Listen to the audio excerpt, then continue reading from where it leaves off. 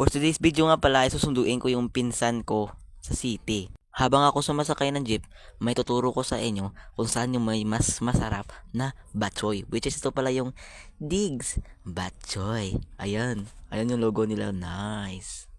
At ayan, malapit na pala tayo sa ating pupuntahan.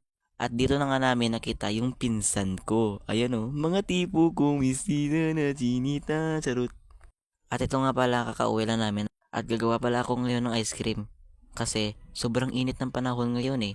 At yung gagamitin pala natin ay Nestle cream lang at Milo kasi wala pa akong pera eh. At saka dito ko na ginupit yung Milo. Ayan o. Binuhos ko na pala yung Milo sa lalagyan. Tsaka sinunod ko na yung Nestle cream. Ayan. At seryoso pa yung mukha ko dito. Akala mo talaga marunong eh. Practice lang naman. At agad ko na nga binuhos yung Nestle cream dito sa lalagyan. At ayan na nga yung nagawa ko.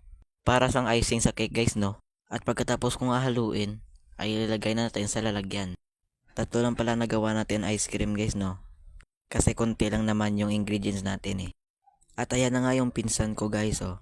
Paglabas ko nakikita ko siya nagse-selfie kasi ipoprofile na daw sa kanyang birthday. At nagtitinda din siya pala ng mangga dito. Ayan oh, ang sarap. At habang natatali siya ng buhok niya ay kumuha na ako ng 2 piraso sabay takbo. At ito na nga yung ice cream natin guys, nabuo na siya. Titikman na natin dito. Taste test. At hindi ko inakala na ganun pala yung lasa niya guys. Sobrang sarap. At dito na nga tatapos yung video natin guys. Please follow for more. Thank you.